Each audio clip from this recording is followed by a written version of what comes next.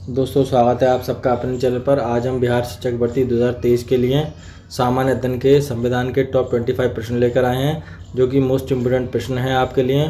और अगर आपने पिछली वीडियोस नहीं देखी हैं तो हमारी प्लेलिस्ट में जाकर देख लीजिए। आप बिहार शिक्षक भर्ती की एक प्लेलिस्ट अलग से बनी हुई है, और चाहें तो आप डिस्क्रिप्शन में मैं आपको लिंक।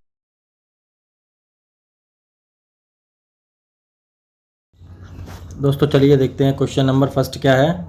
क्वेश्चन नंबर फर्स्ट देखते हैं दोस्तों वीडियो में। दोस्तों पहला क्वेश्चन आता है, भारतीय संविधान में कुल कितनी अनुसूचियां हैं, ये आपको बतानी है। आप भी बताते चलिए साथ में कि कितनी अनुसूचियां हैं भारत के संविधान में। सबसे पहले आप लोग बताइए, उसके बाद मैं आपको आंसर बताऊंगा। चलिए 8, 11, 12, 13। इसका जो ऑप्शन नंबर सी है वो इसका बिल्कुल सही आंसर है। संविधान में 12 अनुसूचियाँ हैं। अगले क्वेश्चन पर बढ़ते हैं।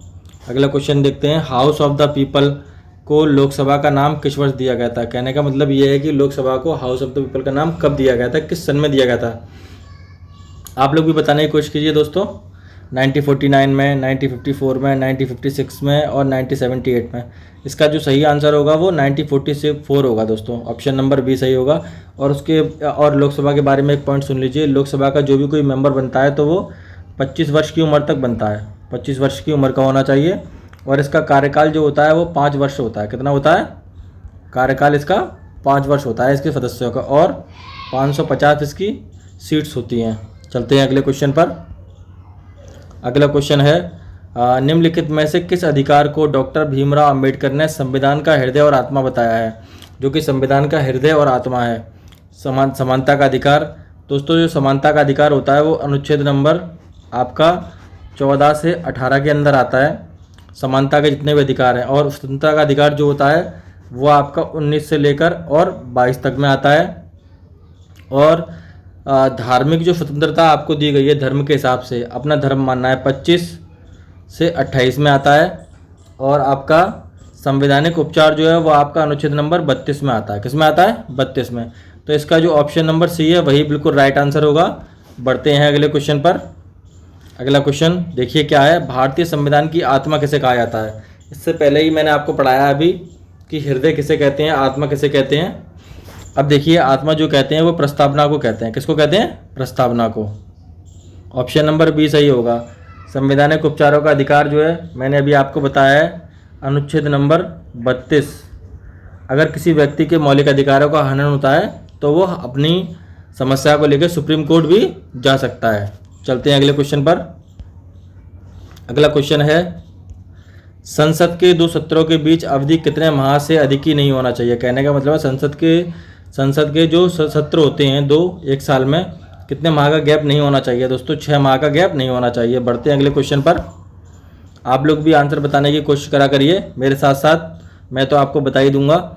लोकसभा का सत्र एक वर्ष में न्यूनतम कितनी बार बुलाया जा सकता है। कहने का मतलब यह लोकसभा की बैठक एक साल में कितनी बार हो सकती है? 2 बार, 6 बार, 3 बार, 4 बार। आप लोग भी बताइए दोस्तों। इसका जो आंसर होगा वो 2 बार होगा। साल में 2 बार इसकी बैठक हो सकती है लोकसभा की। अगले क्वेश्चन पर बढ़ते हैं। अगला क्वेश्चन,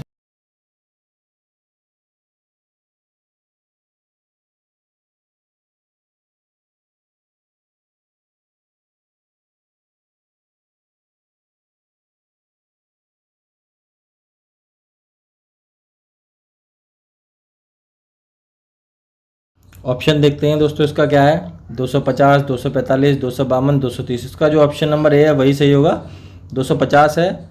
और मैं आपको उम्र बता देता हूँ, इसमें 30 वर्ष होती है राज्यसभा का मेंबर बनने के लिए। और जो कार्यकाल होता है, टेन्योर जिसे कहते हैं, वो आपका 6 वर्ष है। और 2/3 सदस्य इसके रिटायर होते हैं हर साल में, 2 साल के अंदर। और इसको हम परमानेंट हाउस कहते हैं, स्थायी हाउस भी कहते हैं। इसके बारे में ये सब जानकारियाँ आपको याद रखनी है। अगले क्वेश्चन पर बढ़ते हैं। अगला क्वेश्चन है, वर्तमान में उच्चतम न्यायालय में कितने न्यायाधीश हैं। हाई कोर्ट में कितने जज बैठते हैं? तो 31 जज बैठते हैं। अगले क्वेश्चन पर बढ़ते हैं। भारतीय संविधान सभा किसके कहने पर बनाई गई थी। Cripps mission, cabinet mission, Wavell plan या अगस्त ऑफर। आप लोग बताने की कोशिश करिए इस क्वेश्चन का आंसर क्या होगा। इस क्वेश्चन का जो आंसर होगा वो आपका कैबिनेट मिशन होगा। इसके कहने पर बनाई गई थी संविधान सभा। अगले क्वेश्चन पर बढ़ते हैं। अगला क्वेश्चन है, संविधान सभा का पहला सत्र कब हुआ था। 26 जनवरी 1940 को, 26 नवंबर 1940 को, 9 दिसंबर 1940 को, 11 दिसंबर 1940 को। इसका जो आंसर होगा वह आपका सी वाला सही होगा। 9 दिसंबर 1946 को हुई थी सबसे पहली बैठक, इसी दिन हुई थी 9 दिसंबर 1946 को। चलते हैं अगले क्वेश्चन पर। अगला क्वेश्चन है आपका संविधान सभा के अस्थायी अध्यक्ष कौन थे? अस्थायी अध्यक्ष जो थे वो आपके सच्चिदानंद सिन्हा थे 9 दिसंबर 1946 की बैठक में। फिर आपके परमानेंट बनाए गए थे आपके डॉक्टर राजेंद्र प्रसाद, जो कि 11 दिसंबर 1946 को सभा हुई थी। बढ़ते हैं अगले क्वेश्चन पर।